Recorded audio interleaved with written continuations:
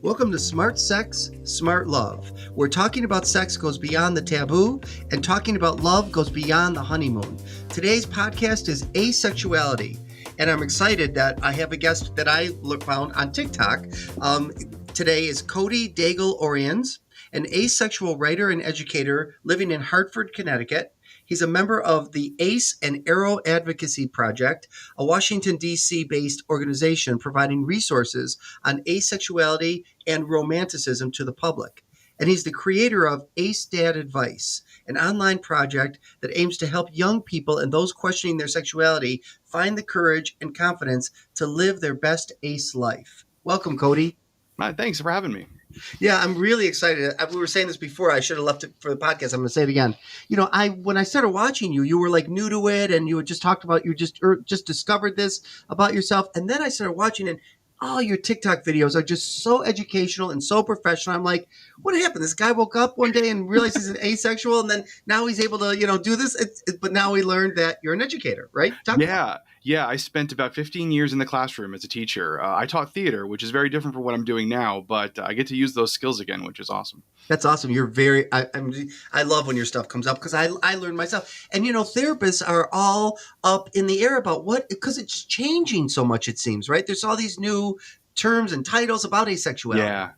Yeah, well, asexuality is a relatively, asexuality has existed for as long as people have existed, but in terms of it being sort of an organized online community, that's relatively new. The Asexual Visibility and Education Network only began in 2001, I think. So all of the language of asexuality as we understand it now is still relatively new and a product of online digital space. So why don't you define for the listeners who don't know, what is asexuality anyways? Sure. So asexuality is a sexual orientation that describes people who do not or rarely experience sexual attraction. That's the whole shebang. It seems like a really simple definition, but it really encompasses a really wide spectrum of experiences that people have with sexual attraction. And, I think a lot of people understand asexuality in sort of that stereotypical way that it just means asexuality is not having sex. Asexuality is not having relationships. But it really isn't those things. It's just about not or only rarely experiencing sexual attraction. That's helpful for people to hear because they always think, well, it's somebody that doesn't have any desire, any sexual, interest, but that's not true. Right. Yeah. I think in sort of the larger culture, for most people, all of our attractions kind of work together. Like sexual attraction ties with romantic attraction and other kinds of attraction. They all work in tandem and in the same direction.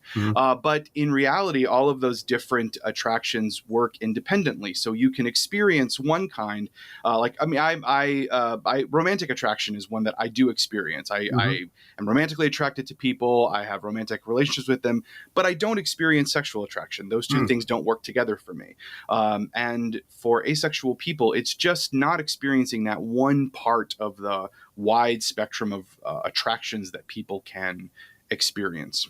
As a therapist, it's really made me rethink. I used to, up until a few years ago even, if a couple would come in and they were not having sex and the one partner who wanted to have sex would say, well, you're masturbating all the time and you have your own sex life going on. And I would say, then they would say, well, I don't have much desire to be, asexual with you. It's not personal. And I would say, but you do have desire because you're masturbating. You have a whole sex life with yourself. So then it must be something about the relationship. And I don't say that so much anymore because they could be asexual. Well, that's and that separation between sexual attraction and libido was really like important for me because I've only came out as asexual 3 years ago when I was 42. For the majority of my life, I identified as gay because that was just the language that I had. And for me, that made sense because I do have sex with my partners and I do experience, I do have that side of my life too, even though I don't experience sexual attraction. For me, the analogy that works the best is like thinking about sexual attraction in hunger terms. Like sexual attraction is I'm hungry for pizza. It's got real direction. Like there's a kind of thing that you want and you want it regularly. Whereas like libido or sex drive, which even asexual people have, that's just like, I'm just generally hungry. I feel like I could eat something if I wanted. Like it's that kind of general non-directional desire. And you can not experience sexual attraction, but still want to have sex with your partner, or want to masturbate, or still have that desire to just sort of generally experience sexual pleasure of some kind. This is Yeah. really good. I saw your TikTok on this too. You said exactly Mhm. the same thing. I Yeah. loved it. And it really fits in with, my stuff is about straight men who have sex with men. It's not Mhm. about sexual attraction for them. It's about the sexual, it's like fits right in with it. And they're not asexual. Maybe some are, but that's not what it's about. It's the separation of the two.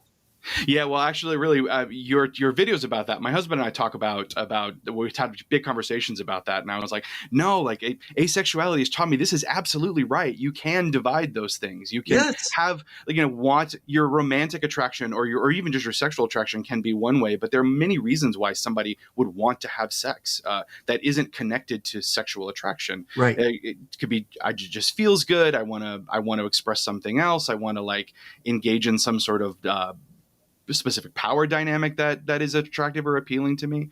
Yeah. Yes. Right. No, totally. So, all right. So then then people say, okay, so then there's asexual, but then there's gray sexual. And then people are like, what does that mean? Yeah, so graysexual folks exist. If you think about asexuality as like most human things, it's a spectrum of experience. Asexual folks don't experience sexual attraction ever. I fall into that category. Graysexual folks will sometimes experience it. It may be very rare that they will experience sexual attraction. Maybe there are certain conditions that need to be met in order for them to experience it. But that still falls under the spectrum. So they mostly experience life asexually, I guess you could say, Mm-hmm. but will sometimes experience sexual attraction. Demisexual folks fall in this area too. So for demisexual folks, sexual attraction only happens if they create a bond with someone. So for demi folks, they're mostly asexual until some kind of really important bond is created with someone, and then sexual attraction is a thing that they experience. That's so helpful. And now there's something new called ace flux. What's that? Yeah, so that's for people who move around on the spectrum. So they will experience different. Basically, it's like experiencing different orientations. They may mostly be asexual, but they may go through periods of time of feeling demisexual or even allosexual, which is the umbrella term for people who experience sexual attraction. I learned Oh, that from you, by the way. I can't believe I didn't know that, but I learned that I had to look it up and listen to you over and over again. Go ahead. Awesome. Yeah. Yeah. And so like for people who move through those different orientations at different sort of phases in their lives, that's ace flux. Okay. Yeah, that's helpful because that's like new and I get interviewed for it. I had to look it up and really try to understand it. And you're explaining it so well. And also I was thinking, Kinsey identified asexuality, but it was Mhm. never talked about until now, until these few years. That's how long ago. And that was the 40s. Did you know that? Yeah, and they was just X. We were just right. If Yeah. I'm not sure, we were just X. Yeah. And there were even some I believe like were German researchers in the late 1800s that were identifying something that was sort of like asexual. I mean, it was more like non-sexual. They were just identifying that there were people who existed who did not engage in sex or like at all, and that was like late 1890s or so. Mm.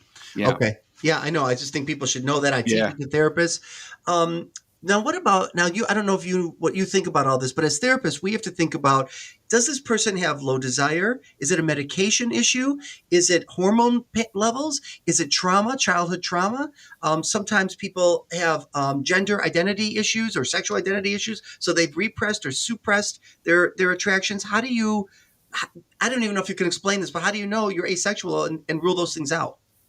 Yeah, like I get that for ace dad advice. So I get that question all the time. Yeah. And I think for generally, and I think for all identity questions, I think it becomes like what the person feels most connected to. I always talk about the language of asexuality and that the labels are they're tools, not tests. So, I love that. Wait, say it yeah, again. I love that. Say it again. yeah, labels are tools, not tests. Mhm. So the language of like calling yourself asexual is not some sort of like checklist you have to hit where there's a definition and you have to meet every single part of that definition in this particular way in order to claim that. It's a tool. If asexual as an identity helps you describe your experience and it helps you connect to other people in the world who share that experience, then I think it's okay to call yourself asexual, even if some of the details maybe aren't right or different from other people. Yeah. Because like that, that's what the label's for. The label's to help you build community and describe your experience in the world. Like what you're saying, a sense of belonging. Yeah, exactly. Yeah. And I find that that community piece is like the most important. If you the accumulation of your experiences sort of leads you to use asexual as a term because it helps you find other people that share how you move through the world, and that gives you some sense of belonging and some sense of self, then by all means use it, even if your experience is slightly different from the person next to you. Do you see what are your thoughts about the correlation between asexuality and people on the autism spectrum? I know that there's a lot of talk about that, and I know that there are a lot of people who are in the asexual community who identify as autistic as well, and like though there are a lot of connections there. I don't necessarily think there are any like specific connections, like autism is a cause of asexuality, or it's more likely. It may just be that that in general, people who are on the autistic spectrum may feel more comfortable self-identifying, or and identifying publicly that way. Yeah. I think there are a lot more asexual people in general across the board than are visible. I think because information about asexuality is limited. There's a lot of stigma about being asexual in the world, particularly like if you are a male or are you in queer circles. Like there's a lot of stigma there. So I certainly think that I don't think there's like necessary correlation between the two, but we certainly do see a lot of people who are on the autistic spectrum also identifying as asexual. And I see the shame in my office. While I don't only see LGBT people, I do see a high amount of gay men, and I've had many who come in and say, I feel so fucked up really that I'm gay men are fucking, gay men are hooking up and all this, and I have a 9-year partner, 10-year partner, whatever, and we haven't had sex, and I feel like something's wrong with me, when they're simply asexual and nothing's wrong with them. But the shame is cultural. Yeah, I mean, and like I lived that experience really my whole adult life. And when I came out at 18, and I came out as gay because that was just the language that I had access to, and it most accurately described how I was moving through the world. But I knew that I didn't relate to sex the same way as every other gay man that I was encountering, all the guys I was dating or guys I was friends with. And I just assumed that I was like a broken gay person, that there was something wrong with me. There was, I was a crappy lover, or I was missing something. And there was things I didn't understand or didn't know how to do. 20 years later, I come across asexuality and I go, oh, well, okay, that's what's actually going on. I'm not broken. I just move through the world differently. And yeah, that was like a huge, like wonderful, like galaxy brain sort of moment to sort of recognize. But it's certainly moving through gay male circles where sex is so incredibly important and not in any sort of morally judging way, but it's prioritized. Asexuality is not something that really comes up in gay male circles very much, or or even seen as like a valid thing, or something that one could be.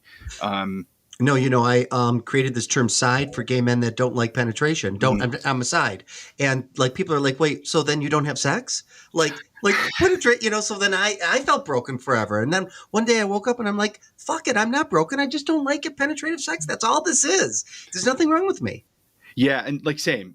That's very been like the experience of asexuality. And then what's interesting to me is like in the last 3 years coming out as asexual, and especially in this last chunk of time where I am now like a public asexual, where I'm talking about it all the time.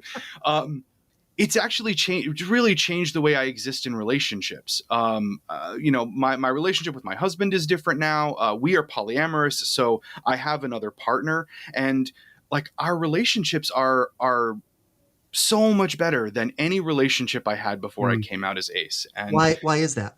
I think I'm coming into relationships now as my full authentic self, and that is transformative Yeah. for a relationship. When I'm coming to each person that I'm in partnership with, knowing my full self, being able to share with them what that is and talk about what my boundaries are and talk about what my deal breakers and the things I really want to do are, I can show up for them in a more full way, which I want changes to go everything. back. I love it. And I feel the same way about things about myself. What about you keep going back between gay and asexual. So you Mm. identify as asexual. How would somebody know you're gay? Or are you both? Like, how do you do that? Well, now I identify mostly. I identify as asexual, and I generally like to use homoromantic as to sort of define, because I am romantically attracted to men. That's how I kind of move through the world. And because a lot of times, when I'm meeting someone, I'm trying to explain my identity. Homoromantic asexual requires then like a PowerPoint explanation with the person, So I'll queer is generally what I use on the regular, because I feel like that people can make enough assumptions that are correct if I use queer, that then we're good. Yeah. But I don't really use gay anymore because I don't feel like that totally fits who I am necessarily. But Why queer, I don't know. It feels like it's a word that doesn't. I never felt like I fit into the gay community,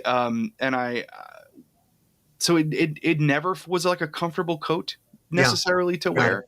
And now that I have like asexual as a language and queer as a language, those things feel more defining of me than gay does. Even though like all my partners are all gay men, I'm a visitor, I guess, in the community. Okay, I get it. That makes sense. And I like that. It's so nuanced, right? That people need to hear that things are nuanced. They are. You just have to know what the nuances are.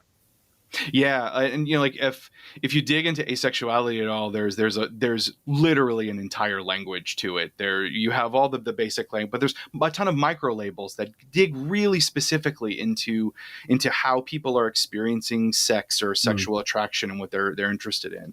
And I love that because I think it's empowering to a person to find words that empower you to be your full self, even if someone else doesn't get it. If someone else doesn't quite understand why I use the words I use, for me, I know why I do, and they feel right to me. And that label is a tool again. Totally. Whatever word helps me be the best version of me is the one that I should be empowered to use. Now you brought up polyamory, so could you talk about how can you be asexual and polyamory being having an open relationship, multiple partners? How does that work? So for me, it works great for me. Good. So my husband and I have been married for 7 years, and we've been polyamorous for most of our marriage. So we are open to having connections with other people. The way polyamory works for us, we're open to any kind of connection. It can be romantic connections, it can be just sexual connections, whatever. We can explore those things. And in our life right now, there are we call it our constellation right now. So my husband and I have been married for 7 years. I have a partner, Scott, who I've been with for a while now, and my husband Neil has a partner, Dan, who it's a new relationship for him. But we all are friends with each other. There's a group text that we all participate in. Like we consider ourselves all connected to each other and supportive of each other and the various relationships that are inside it. And it works kind of wonderfully for us. I was going to say, why do you call it constellation and not a polycule? Scott's an astrophysicist, so we thought it was cute. It is cute then. And there's something about like constellation. Polycule feels very I don't know, like scientific, I guess. But I guess like so a does a molecule. Constellation. Yeah, but there's something nice about it, and I like it as a word because it sort of describes the varying connections that we have with each other, and like the lines that you might draw between us, and it's a lovely foursome to be a part of. That's awesome. So before we end, I hear that you're writing a book, and I'd like to know if you want to talk about it and what's it on. And I mean, obviously it might be on asexuality, but talk about it. Yeah. So based on the work I've been doing online with Ace Dad Advice, I was asked by a publisher to create a book version of it. So I'm making an Ace Dad Advice book, which will be aimed at primarily young adult audiences, so high school and a little older audiences, to sort of help them answer questions about asexuality. So for a young person who is questioning their sexual identity, thinks they may be asexual, this book will exist in the world to sort of help them navigate that space. And currently there's no other book like it. So I'm really excited about getting it out into the world. Oh, that's really, really awesome. Congratulations. That's nice that somebody found you on TikTok, right? And that's exactly. Yeah. Now you call yourself, what is it? Dad advice? Dad advice. Dad advice. Is daddy another identity for you? I mean, yes. Yeah. Like I certainly, I mean, look at me. I mean, I'm a guy with a silver beard and tattoos. Like, yeah, that, and I fall into that role too. Yeah, absolutely. Yeah, but this is the most wholesome version of that for me. Dad is the most wholesome version, of course. What else would you want everyone to hear that I didn't get to that before we end that is important to hear? Because asexuality isn't known very much, I think it's just really important for people to know that asexuality isn't a broken version of something. Asexual people aren't missing something. We aren't lacking something. Asexuality is just another way for someone to exist in the world and relate to other people. So when you encounter someone who's asexual, don't think about what they don't experience or what they're missing. Just kind of learn what you can about their experience and how they're seeing the world. It is a full and whole experience in and of itself.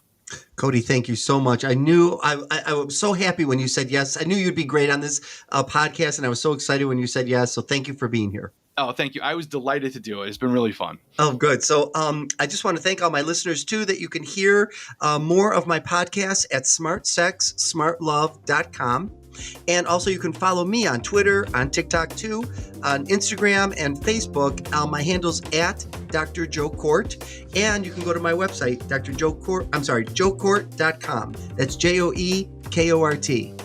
I hope you enjoyed this and that you'll listen to more, and stay safe and stay healthy, everyone.